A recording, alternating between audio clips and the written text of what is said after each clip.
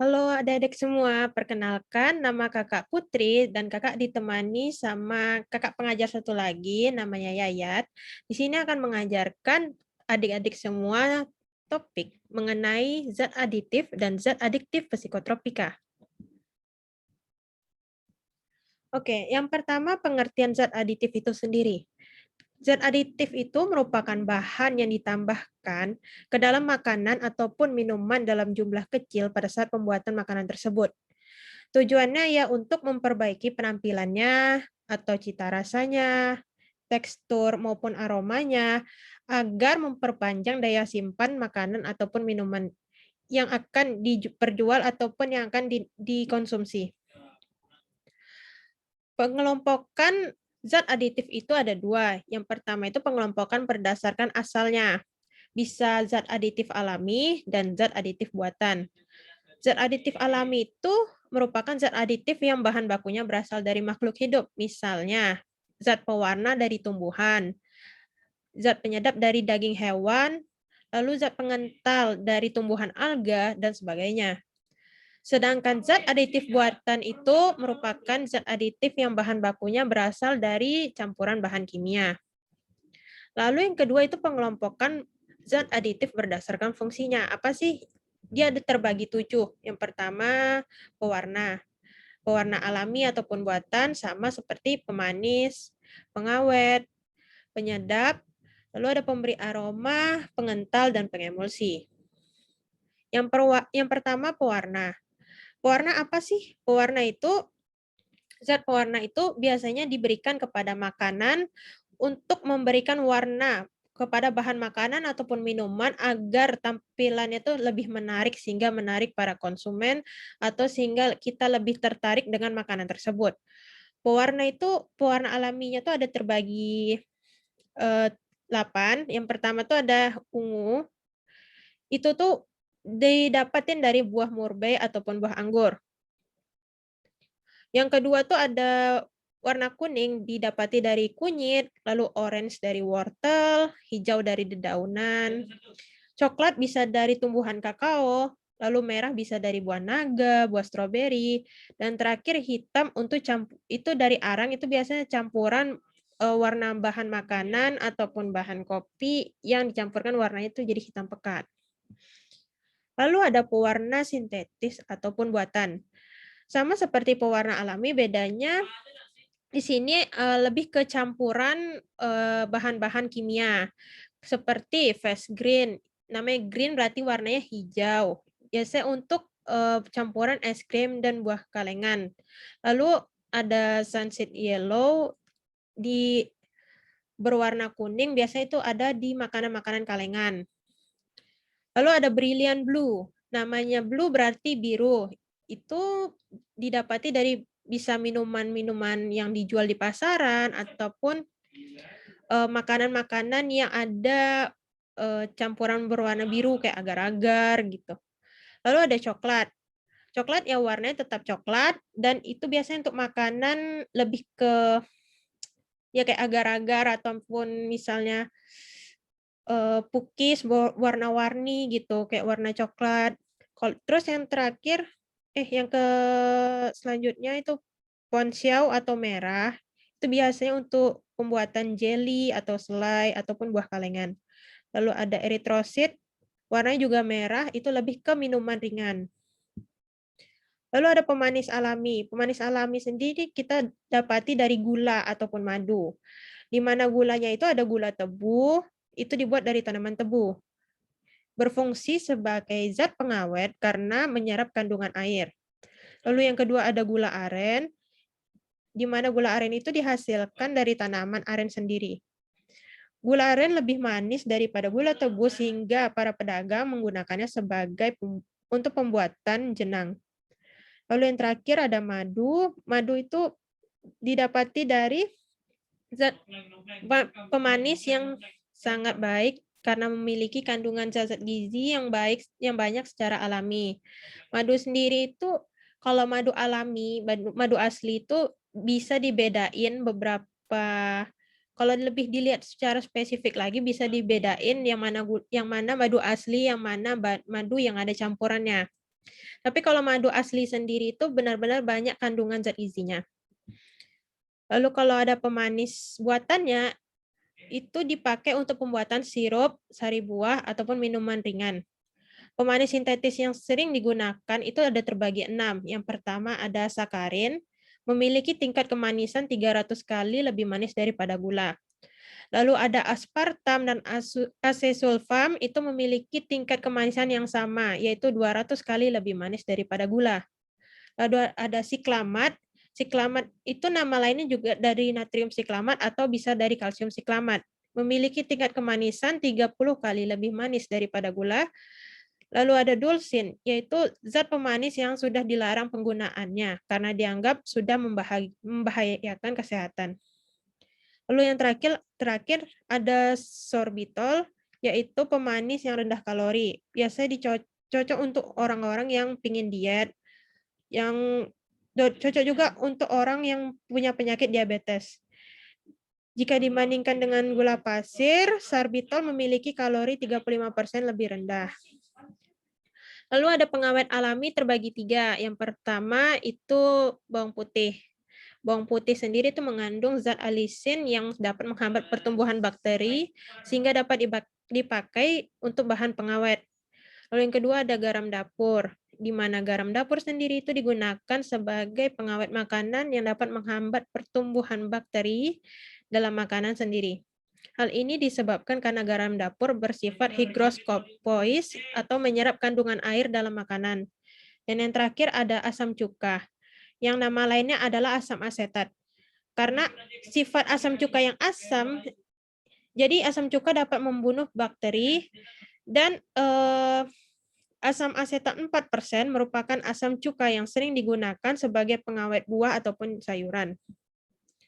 Lalu ada pengawet sintetis atau buatan. Pengawet sintetis tersebut itu digunakan agar makanan lebih tahan lama disimpan, tidak cepat busuk, dan lebih murah harganya. Bahan pengawet bersifat menghambat ataupun mematikan pertumbuhan mikroba yang dapat merusak makanan sehingga mengalami pembusukan. Lalu bahan pengawet terbagi atas 6 jenis. Yang pertama asam benzoat, itu untuk mengawetkan makanan dan minuman ringan. Bisa juga dalam pembuatan kecap dan saus. Lalu yang kedua ada asam askorbat, sama seperti sebelumnya itu mengawetkan daging olahan ataupun kayak kaldu opor, kaldu jamur atau buah dalam kaleng juga bisa pakai bahan pengawet asam askorbat. Selanjutnya ada natrium nitrat, itu untuk mengawetkan daging olahan dan keju. Asam propionat untuk mengawetkan roti. BHA untuk menghambat oksidasi pada lemak dan minyak. Dan BHT untuk menghambat oksidasi pada margarin dan mentega. Penyedap alami. Penyedap alami terbagi 3 sama seperti pengawet alami. Yang pertama bawang putih. Selain sebagai pengawet, bawang putih juga digunakan sebagai bahan penyedap. Selain mengandung alisin, bawang putih juga mengandung sulfur dan iodin yang sangat tinggi. Lalu ada garam dapur yang merupakan penyedap yang sering digunakan. Rasa asin dari dalam garam dapur sendiri itu berasal dari NaCl atau natrium klorida. Lalu yang terakhir cabai merah yang merupakan zat penyedap rasa sekaligus sebagai perangsang selera makan. Oke, selanjutnya aku yang akan bahas tentang penyedap sintetis buatan.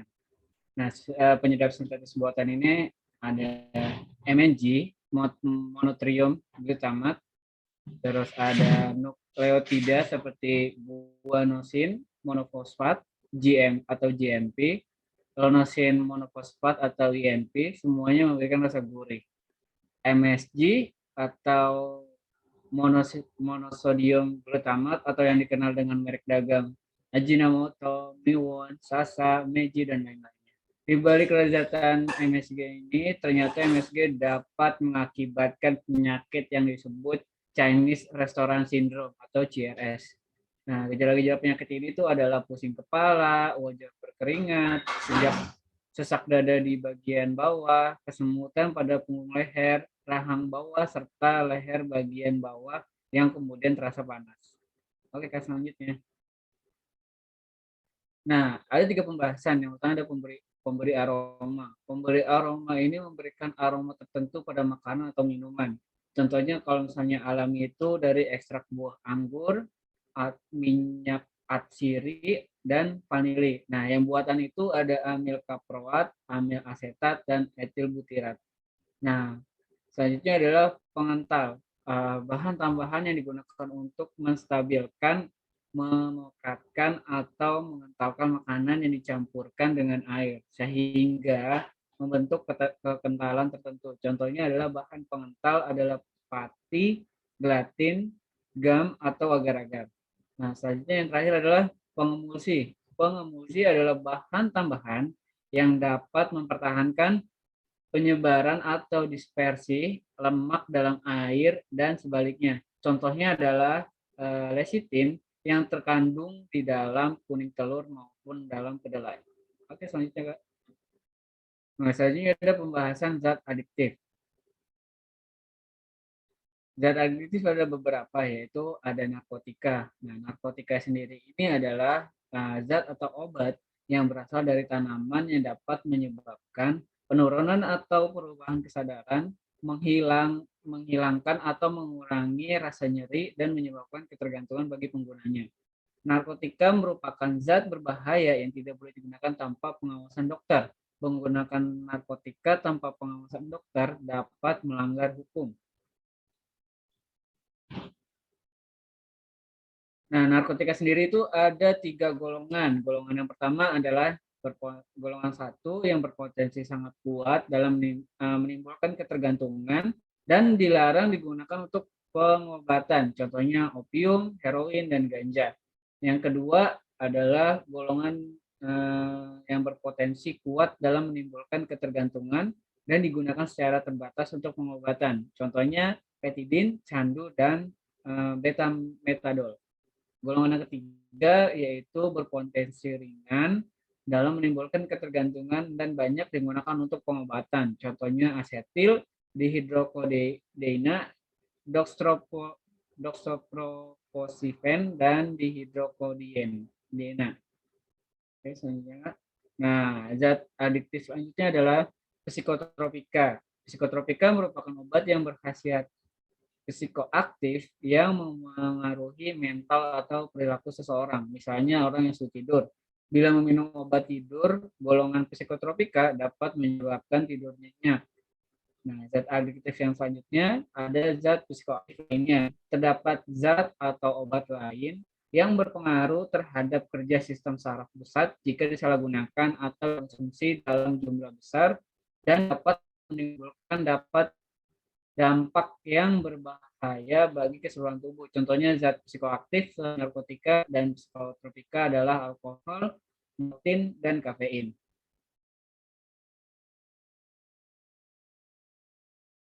Selanjutnya, Kak. Nah, ini adalah contohnya, yaitu adalah rokok. Rokok merupakan zat adiktif yang dapat merusak kesehatan dan menyebabkan berbagai macam penyakit, diantaranya penyakit paru-paru, jantung, bahkan menimbulkan kematian. Zat-zat berbahaya yang berada dalam rokok adalah nikotin, tar tembakau, dan karbon monoksida. Nah, nikotin sendiri adalah zat utama yang terdapat di dalam daun tembakau. Zat ini sangat beracun, mudah diserap lewat kulit dan alat tubuh lainnya. Berwarna kuning agak pucat, kalau terkena cahaya menjadi coklat, bau dan rasanya tidak enak. Tar tembakau sendiri adalah penyebab utama kanker paru-paru bagi perokok, sehingga tar ini disebut bersifat karsinogen. Tar juga mengakibatkan penyakit tenggorokan dan pernafasan. Nah, yang terakhir adalah karbon monoksida. Karbon monoksida sendiri adalah gas yang sangat beracun dan berbahaya. Gas ini dihasilkan dari pembakaran tidak sempurna. Misalnya, mesin kendaraan bermotor dan dikeluarkan lewat knalpot. Nah, merokok juga merupakan pembakaran yang tidak sempurna seperti kendaraan bermotor tersebut, sehingga menyebabkan kadar karbon monoksida di dalam. Selanjutnya, Kak.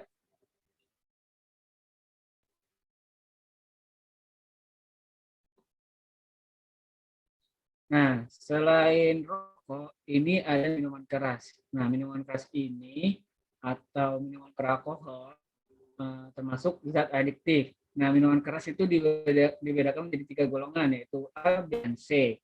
Ya, golongannya A berkadar alkohol 1% sampai 5%, contohnya bir. Golongan B berkadar alkohol 5% sampai 20%, contohnya anggur atau wine. Golongan C yaitu berkadar alkohol 20% sampai 45%, contohnya arak, whisky, vodka, TKW, Manson House, Johnny Walker, dan Kamput. Nah, dampak penggunaan zat adiktif itu bagi kesehatan itu sangat banyak ya. Nah, contohnya kayak misalnya narkotika. Contoh dari narkotika itu heroin, morfin, opium, dan kodein. Nah, jangka pendeknya itu menghilangkan rasa nyeri, mengurangkan ketegangan. Nah, jangka panjangnya itu ketergantungan, terus meninggal karena overdosis. Terlalu banyak menggunakan narkotika. Nah, ada lagi zat psikotropika, ya seperti ekstasi dan sabu. Nah, jangka pendeknya itu tidak tidur atau terjaga, rasa riang dan rasa nyaman. Nah, jangka panjangnya itu kurang gizi, anemia, dan penyakit jantung. Nah, zat lainnya adalah psikoaktif lainnya. Nah, jangka pendeknya itu kematian mendadak akibat kurangan oksigen atau karena ilusi dan halusinasi. Jangka panjangnya itu karena kerusakan organ dari otak, paru, ginjal, dan jantung. Oke, selanjutnya Kak. Gimana gitu kan? Tadi kan sudah membahas adiktif. Nah, Kakak akan bagi upaya penjagaan dari bahaya narkoba. Yang satu adalah mengenal dan menilai diri sendiri. Yang kedua, meningkatkan harga diri. Kalian harus percaya sama diri sendiri. Yang ketiga itu rasa percaya diri. Jadi kalian nggak boleh insecure, nggak boleh iri terhadap orang lain, harus bersyukur sama diri sendiri. Nah, yang keempat, terampil mengatasi masalah dan mengambil keputusan. Yang kelima, memilih pergaulan yang baik dan terampil menolak tawaran narkoba. Misalnya kalian ditawarin rokok sama orang lain tuh, kalian harus bisa menolak itu. Nah, terakhir sebagai agen penjaga penyalahgunaan narkoba. Nah, kalian tuh kalau misalnya udah dapat materi ini, kalian harus menyebarluaskan kebaikan ini. Gitu. Nah, yang ketujuh, menerapkan pola hidup sehat. 8, memperkuat iman dan takwa kepada Tuhan. 9, melakukan kegiatan yang positif. 10, membangun komunikasi dan hubungan yang baik dengan teman dan keluarga. Oke, dari Kak, saya ucapkan terima kasih.